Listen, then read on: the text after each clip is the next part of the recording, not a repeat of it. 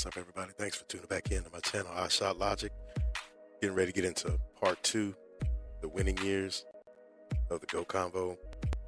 But also with this, I'm going to summarize this issue. And I'm not going to look at the typical stuff so much because we all know the finals records between the two of them. What I'm going to go over today is a lot of the myths and theories about the difference between the two eras. And I'm going to show you some statistical information that will debunk a lot of the stuff that some of these talking heads and some of these casual fans have heard secondhand and have adhered to or taken a belief in. As I said before, I'm going to keep it real like property. And that's what we're going to do today.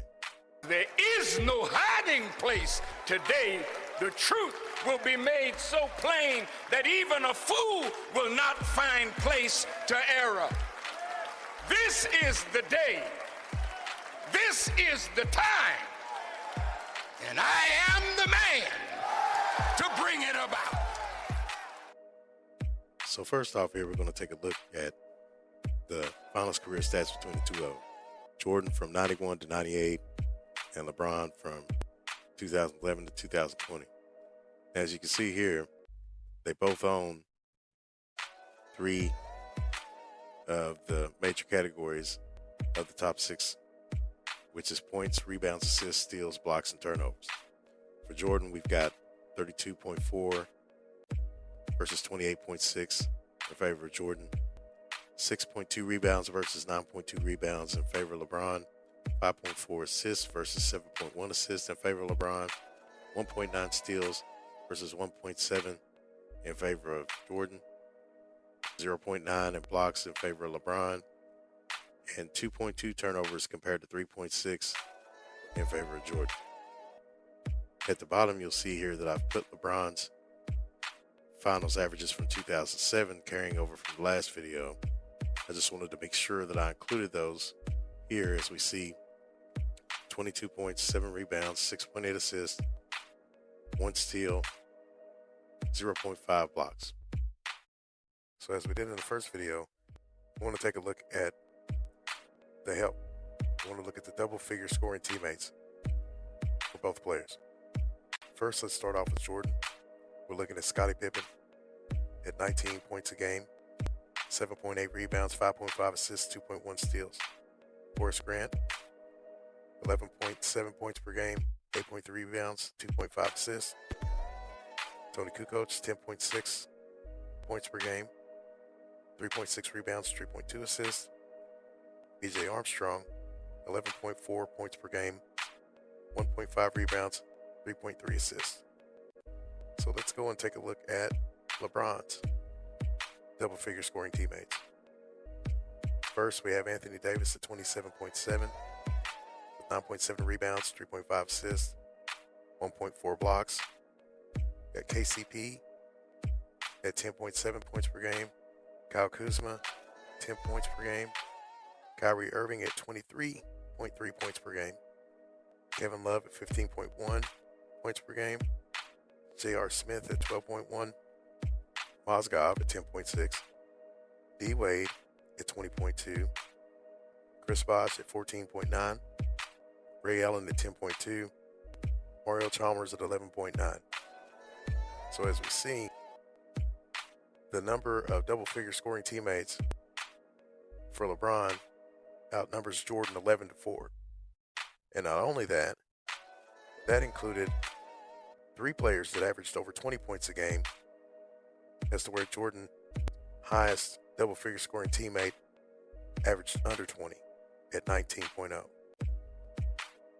So by looking at this, this proves what we already knew, that LeBron in his quest for championships has had a significant amount of help among teammates compared to what Jordan had in terms of support on the offensive end. So of the 5 cards that are laid on the table for Jordan, you've got one last card that has Paxson, Bill Cartwright, and Dennis Rodman. between those three, they averaged right at 20 points a game. So it took 3 more teammates to give Jordan the help that LeBron was able to get from one player. We've got so many fans out here that are always quick to point to the level of competition as if to say that LeBron needed that much help to be able to get to where he's gotten to be able to get to 10 finals, to be able to get 4 rings. The talent difference between the last era and this one. But when we take a look at this, of double-figure scoring teammates, 11-4, that's a heck of a gap. And for a guy who's now played over 20 seasons, and to still be 2 championships behind the guy he's chasing with all this help, that says a lot. Because based on this, LeBron should have had more success. Maybe it's better that you just play the hand you dealt sometimes. Because after all the player moves, after all the team hopping, and all these different things to chase rings, and having more seasons to do it, he's still 2 rings behind the guy he's chasing, who basically did it organically. That's what could have happened if he would have stayed in Cleveland. He was the one who said that his career would have been his career just a couple of months ago in an interview when asked about Miami. He's the one who believes that he still would have been able to enjoy the success that he's had at this level throughout his career, even though he didn't specifically mention championships, but he did say my career was going to be my career. So if he truly believes that, and if he truly was in that mind state back in 2010 when he walked off of the court in Cleveland and took his jersey off on the way back to the locker room, well then why didn't he stick with the hometown and continue his quest to deliver a championship to Cleveland at that time?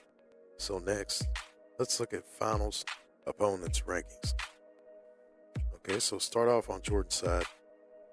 First, you've got the 91 Lakers, 5th on offense and defense, 106.3 points per game, 58 wins. 92 Blazers, 7th in offense, 3rd in defense, 57 wins. 93 Phoenix, Barkley is the MVP, 1st on offense, 9th on defense, 113 points per game, 62 wins. 96 Seattle, 8th in offense, 2nd in defense, 64 wins. 97 Utah, Karl Malone's the MVP, 2nd in offense, 9th in defense, 64 wins. In 98, you have Utah again, and this year they're 1st in offense, although 17th in defense, with 62 wins. Now, MJ captured 4 of his 5 MVPs, regular season MVPs, in that span. So let's move to LeBron's side. You've got the 11 Mavericks, 8th on offense, 8th on defense, 57 wins. 2012 OKC, 2nd on offense, 11th in defense, 47 out of 66 games. 13 Spurs, 7th on offense, 3rd in defense, 58 wins. 14 Spurs, again 7th on offense, 3rd on defense, with 62 wins. 15 Warriors, 2nd on offense, 1st in defense, 67 wins. And then, of course, the 16 team was 1st on offense, 5th in defense, with 73 wins. 17 Warriors, 1st on defense, 2nd on offense, 67 wins. 18 Warriors, 3rd offense, 11th defense, 58 wins. And then Miami in 2020, 7th on offense, 11th on defense, 44 wins out of 73 games. LeBron captured 2 of his 4 MVPs in that span, and he also faced 2 MVPs in Steph. 15 and 16 back-to-back, one being a unanimous MVP, as we know. So, they both faced the same amount of MVPs. So the next question is, Who had the tougher competition? And the survey says, boom.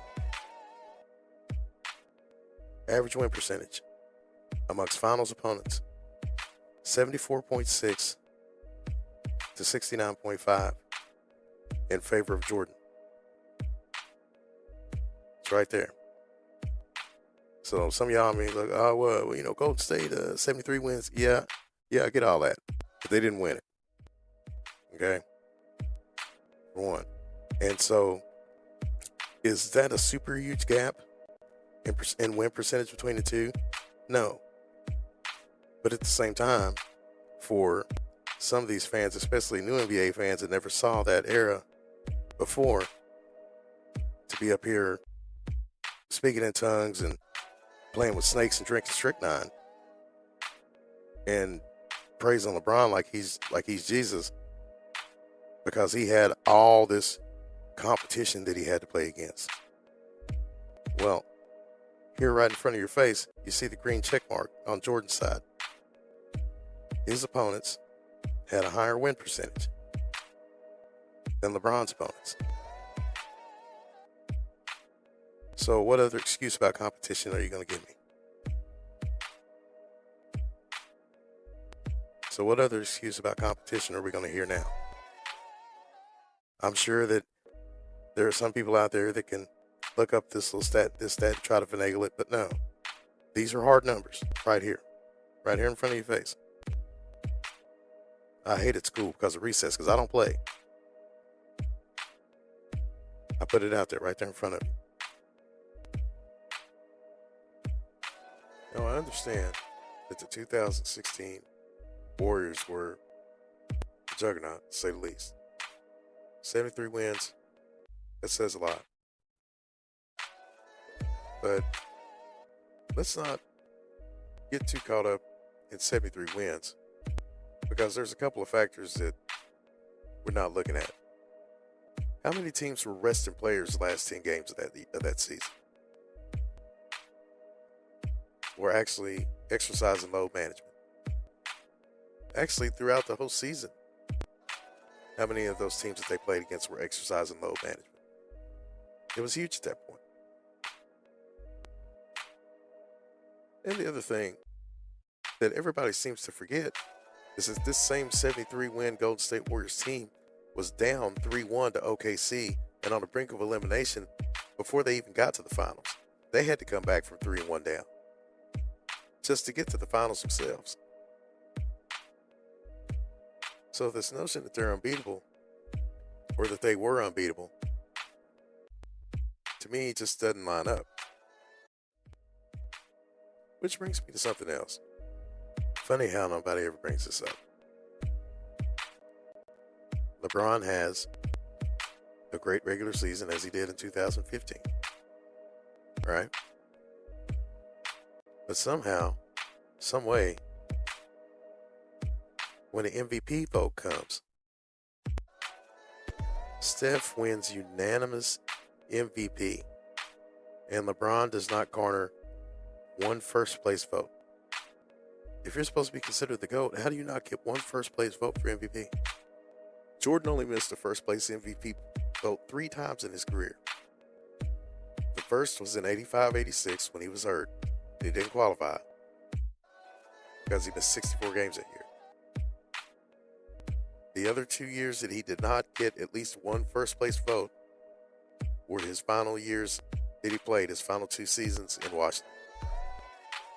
Those were the only 3 years out of his whole playing career that he didn't get at least one first place vote. If the writers and the sports media world and everybody whose opinion supposedly matters didn't think that you were deserving of one first place vote versus Steph Curry in 2016, how can you be the GOAT? Not one first place vote? They told you wasn't the GOAT. One other thing here. I mean, I know some of y'all are probably listening to me thinking, well, you know, he sounds like a hater, like he's trying to discount what Golden State did. No, I'm not trying to discount Golden State and their dynasty. It was a great thing they did. But one thing I do know is that I'm always hearing somebody trying to discount what Chicago did in their era. One of the things that was famously said by a former player and commentator by the name of Greg Anthony, he claimed that people don't understand that the league was watered down in the 90s. And that was the reason why that the Bulls were able to dominate the way they were. I mean, nobody ever said that about the Lakers in the 80s. Nobody ever said that about Kobe and Shaq in the early 2000s. Nobody ever said that about Golden State in this era. But for some reason, they want to try to point to the Bulls era. So let's take a look at the Bulls era. So let's actually take a look at both eras. From 89 to 98 versus 2011 to 2020. So during Jordan's era, we're going to look at the NBA teams with multiple playoff appearances, minimum of 2.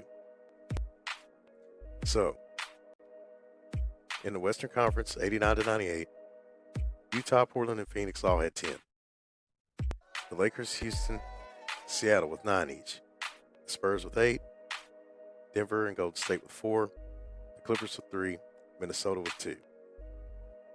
Now, on the other side, excluding the Bulls, you have the Knicks with 10, Indiana, Cleveland, Atlanta with 8, Detroit and Boston with 6 each, Miami with 5, Orlando and New Jersey and Charlotte with 4, Milwaukee, Philly with 3, Washington with 1.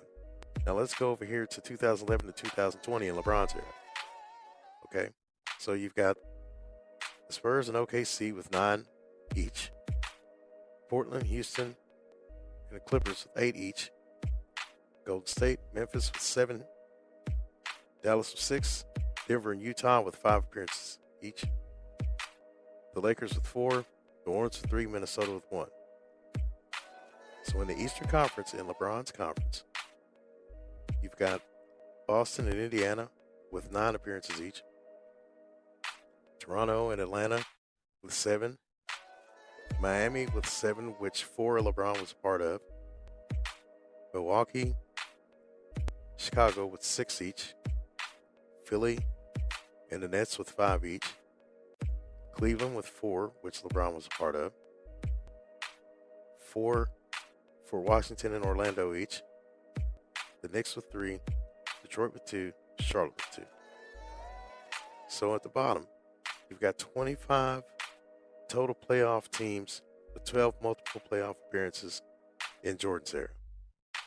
In LeBron's era, you've got 28 total playoff teams, 9 teams with multiple playoff appearances. With MJ versus the field, total multiple playoff appearances, 29. So LeBron versus the field, total multiple playoff appearances, 24. So it's interesting how the league was watered down in the 90s when the same teams were consistently making the playoffs basically at the same rate as they were during LeBron's era. I find it funny that in the era of free agency where players move everywhere, where star players, franchise players, are hopping from team to team, that we want to look at the 90s and say that the talent was so spread out that it made everybody else weaker. Expansion in the 90s didn't spread the league out so much that teams that were competing were no longer able to. From 89 to 98 versus 2011 to 2020, the same teams that were contending when expansion first started in 89 were not grossly affected by expansion. And compared to LeBron's era, it's pretty damn close. When we talk about competition in a 30-team league, well then, how is it so competitive when 2 teams face each other in the finals 4 years in a row? It's where in the other era, where expansion is supposed to have watered the league down, you had the dominant team of that era who faced 5 different teams out of 6 finals, and all of those teams were established. This theory that the 90s was watered down and that's the reason why Chicago was able to do what they were able to do, that's BS. Absolute BS. So as we move forward here, one of the other things that's often brought up by some fans who participate in this debate is nobody wants to talk about how Jordan was trash in Washington. Nobody wants to talk about that. Nobody wants to talk about that. Okay, I'm going to talk about it. So let's take a look at this. In 2002, Jordan averaged 22.9, 5.7, 5.2, and 1.4. In 2003, he averaged 20 points a game, 6.1 rebounds, 3.8 assists, 1.5 steals. Let's take a look in comparison to the players that have those same numbers right now. If Jordan's so trash, how is that compared to Bojan Bogdanovic at 20.2 points per game? Terry Rozier at 20.7, Jamal Murray at 21.2, Jimmy Butler at 21.4, DeJounte Murray at 21.4, Brandon Ingram at 21.7, Jeremy Grant 21.9, Jaylen Brown at 22.2, Paul George at 22.3, DeMar DeRozan at 22.4, Karl Anthony Towns at 22.6. Are they trash? So are those numbers so trashy that you wouldn't even want to have a player with that type of numbers on your team? You see right here in points, rebounds, assists, and steals. Those players that I have displayed here are right on average with what Jordan done his last 2 years. So if they ain't trash, which we know they're not, there's some all-stars in this list here. That's an all-star level of play. You know, he couldn't win when he was with Washington, blah, blah, blah, blah, blah. As if Jordan was realistically looking at what he was doing in Washington as playing for a champion. He knew that they weren't championship contention.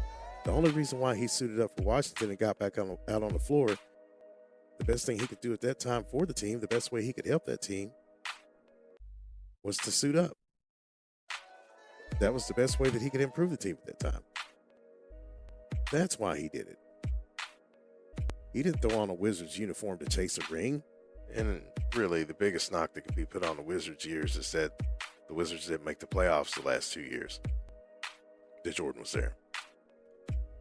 But at the same time, within 2 seasons of winning a ring, LeBron missed the playoffs as well. So they both have something in common there. One difference is that LeBron was younger when he missed the playoffs, and he had, on paper, a better squad. Are we going to talk about durability versus longevity?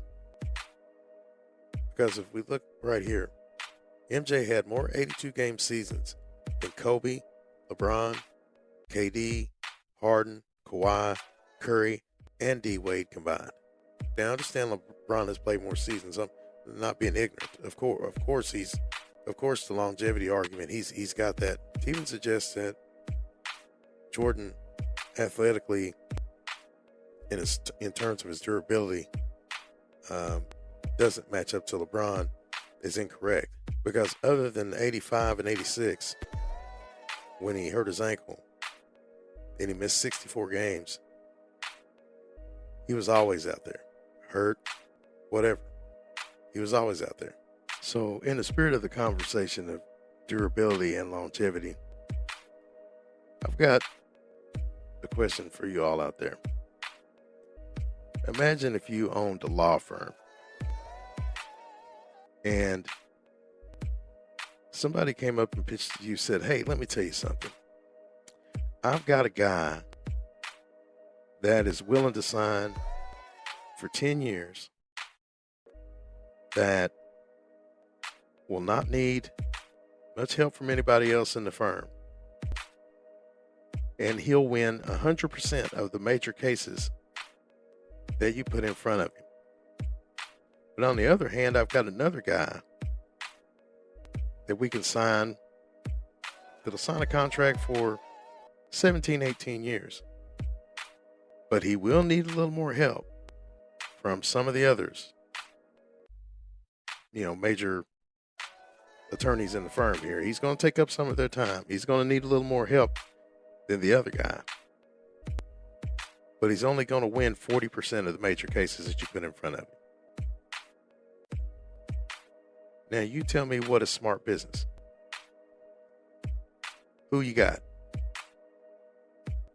I'm going to tell you who I got. I got the guy that's going to win 100% of the time in a shorter span than the guy that's going to rely on and take away from other major lawyers in the firm to help him only win 40% of his cases. Does that make sense? One thing a lot of fans like to point to is that Golden State became this unbeatable team whenever they picked up KD, especially after winning 73 games the season before. But what some may not realize or may excuse because of some missed games from Steph and KD, that combined 2015 and 16, they had 140 wins. Combined 2017 and 18, they had 125 wins because KD missed 20 games in 2017 and he missed 14 games in 2018. Steph did miss 31 games in 2018, but the other years, he never missed no more than 3 games. And everybody else, out of their top players, on average, every player played at least 60 games. So everybody was available. So for people to act like there's this huge, big difference between the 15 and 16 Warriors and the 17 and 18 Warriors, it's not David Banner versus the Incredible Hulk. Which brings me to a question that a particular talking head brought up. Name the team that Jordan faced in those 6-0 finals that had the firepower with the Warriors. But let me tell you what's flawed with that logic. Now, I understand the question. He's talking about the firepower of the Warriors. He's talking about their talent. Well, there was a lot of talent on the teams that Jordan faced in the finals that gets overlooked. But aside from that, the more relevant question to me, what the biggest challenge is as a dynasty. Any leader of any dynasty, whenever asked the question, what's the biggest challenge? The biggest challenge is not to beat ourselves. When you are the dynasty and you are the team to beat, that's your biggest challenge, is overcoming yourself. Every champion says it. Name the team that Jordan faced in those 6-0 finals that had the firepower with the Warriors. What's flawed with that logic? Ask yourself this question. On your top all-time list, Steph Curry versus Larry Bird, most people would pick who? Right now. You would pick Steph, right? Steph has more rings.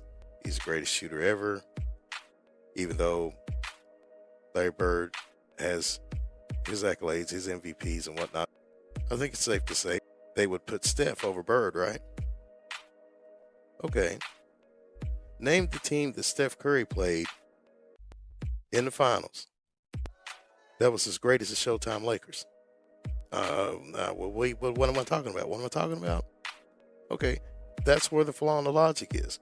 Because Magic has the same record against Bird, 3-1 in the finals, as Steph has 3-1 in the finals against LeBron. So when we talk about moving the goalposts to move LeBron up in the GOAT conversation based on who he faced, well, then how come we're not doing that same consideration for Larry Bird? I've never heard not one sports writer, not one sportscaster have sympathy for Larry Bird because he had to face the Showtime Lakers that won 5 championships in a decade. Any other players that were on the losing end of somebody else's dynasty, you could make that argument for anybody. That don't mean they get to move up the ladder. because of who they face, because nobody's making that excuse for Larry Bird, and Larry Bird would not make that excuse for himself. LeBron doesn't get a nod or get to move up the ladder on the GOAT conversation because he had to face Golden State. Now, some of you may remember this series of spirited debates that Eddie House and Shannon Sharp had on Undisputed back in the day around 2018. And they would always throw some good points at each other. But there was a point that Eddie House made here that I want you guys to listen to. He had a bad series. Yeah. No, okay. a bad series. Jordan never had that. People killed James Harden for having a bad series last year, right? Oh, no, he ain't as good as he is. But you're going to say somebody that quit in the finals at the end of everything when all the marbles on the table, that you're going to say he's the greatest of all time. I can't buy that. Thank you. Now, I think that is a very telling thing there.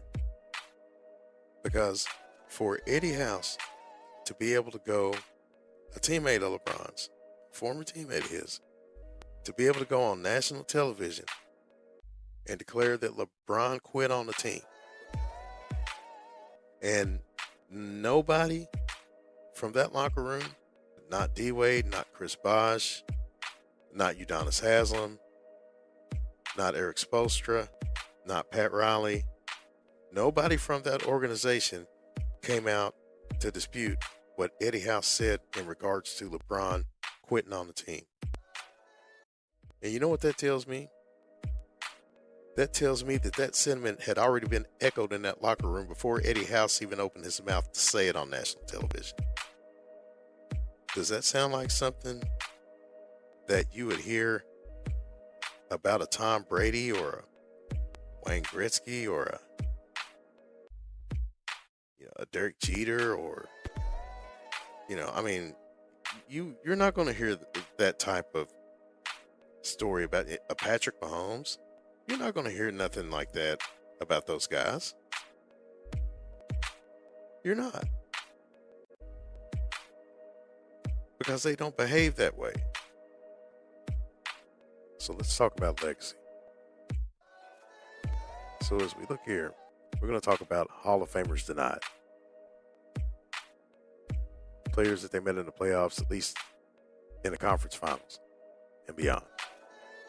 Now, what I'm going to focus on here is players that had not yet won a championship or players that didn't win a championship until after you were gone. Players that did not yet already have a ring that either one of these guys faced. Players that they kept from getting a ring. Not players who had already had one that they faced or beat. Now, we're going to talk about first, on Jordan's side, Charles Barkley, Patrick Ewing, Karl Malone, John Stockton, Gary Payton, Clyde Drexler, Reggie Miller, Shaquille O'Neal, Lonzo Mourning, Tim Hardaway, Vlade Divac.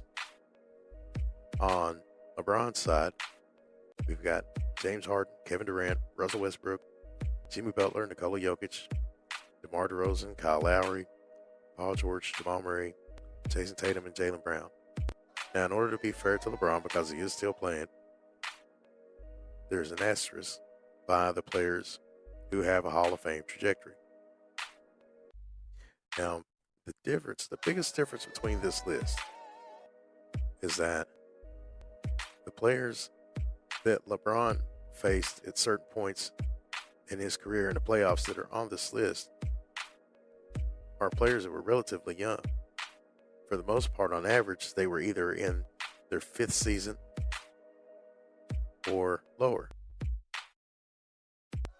All those Eastern Conference semifinals and finals that he played against Paul George, Jason Tatum, Jaylen Brown, they were all young. When he met OKC in 2012 in the finals, they were all young. 5-year, 4-year, 3-year players. Jimmy Butler is on that list, being the oldest one, where he met him in the finals in 2020. So, even though these players have Hall of Fame trajectory, what they were when he faced him at that time, especially when it comes to Harden Westbrook and KD were not what they are now. But when we come and we look at Jordan's side here, we see Barkley, Ewing, Carmelo, John Stockton, and Clyde Drexler, who are all members of the Dream Team. The greatest team ever assembled by most accounts and by most opinions. They were all established. The only one that wasn't established on this list is Vlade Divac, who was a member of the 91 Lakers team that the Bulls beat. And he didn't win a championship. But out of all those players, LeBron's side, the guys on his side of the list who have championships actually beat him to win them, being Kevin Durant, Jamal Murray, and Nikola Jokic. Of course, Kyle Lowry got his with Toronto. This list goes to show you Jordan did more to upset the apple cart when it came to the NBA and when it came to the legacy of great Hall of Fame players than what LeBron was able to do on his side against his competition. It shows that the level of dominance that Jordan displayed based on the players that he played against and the best players in his era was significantly greater than the impact LeBron had on his all-star / Hall of Fame contemporaries at that point in the league. In my opinion, in my OG perspective, my iShot logic, in my opinion, you cannot be on the losing end of someone else's dynasty in your own era and be the GOAT. I don't care what measurement, what tape measure or yardstick you use. There's no way that you can be dominated in finals play by another player in your own era, especially with both of y'all in your prime. Especially with not having established a dynasty of your own. Back-to-back is not a dynasty. 3 out of 4 is a dynasty. 3 consecutive is a dynasty. And LeBron was not a member of either one. His championship span spread 9 years with 1 back-to-back. That's not a dynasty. But am I saying that I believe that Steph Curry should be ranked above LeBron? No, I'm not saying that, because we know that LeBron is he's an anomaly. He's an athletic specimen, and because of his size advantage and his speed advantage, it makes him a better overall player than Steph Curry. I'm not saying that Steph should be ranked above him. I'm just saying that because of Steph Curry and because of that roadblock that he caused for LeBron, LeBron cannot call himself the GOAT. Because one thing that every GOAT has in common in every sport is they dominated their era. LeBron did not dominate his era. There was one guy that he went against that dominated him in finals play, who is an historic player in his own right. The greatest shooter ever. So based on that, anybody else can have any opinion they want to. I just believe that you cannot be on the losing end of somebody else's dynasty in the finals in your own era and be the GOAT. Especially when you got a guy ahead of you that had more team success and more individual accolade success and did it with less help and did it in a shorter period of time. Jordan was able to lead a dynasty in his era against the odds. You say against the odds, what do you mean? Well, the biggest thing about that era was that when Jordan came into the league, it was a big man's game. It was a big man's era. The offense was ran through the big man. You had to have a two-way big, a superstar two-way big to even contend for a championship. MJ did something that we'd never seen before. Now, we'd seen great 2 guards, a great 3, but for a 6'6", 200-pound guard to come in and have an above-the-rim game, yoking on 7-footers being met at the rim in a more physical league, and to not only break the popular stigma among, you know, the greatest sports minds and lead a team to a championship as two guard in that era, he led them to 2 3-peats. And there wasn't that big of a transition all the way up to 98 in terms of big men. I mean, it's probably one of the greatest eras of big men in league history. From the early 80s, from when Kareem went to the Lakers all the way up to probably 2008, 2009, when Tim Duncan finally started to taper off. But it was a big man's league, and you had to have a serviceable one to win. And Jordan had Bill Cartwright. Basically, what he done was the equivalent of, if you were to see today Nikola Jokic or Joel Embiid lead a dynasty, 4 or 5 championships, and them being the focal point of the offense, that would be the equivalent of what you would see in today's game in the three-point era. That would be the closest thing. It was not favored for a 2-guard to lead a dynasty, especially one of that magnitude, in that particular era.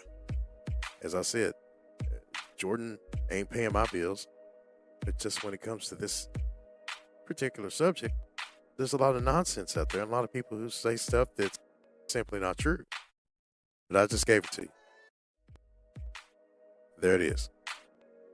So I just want to take a moment to say thanks for your support, for liking and subscribing to the channel. Thanks for being patient with me. Just going forward, I'm going to have some special guests on from time to time, some group discussions, and some interviews. I really appreciate your support once again.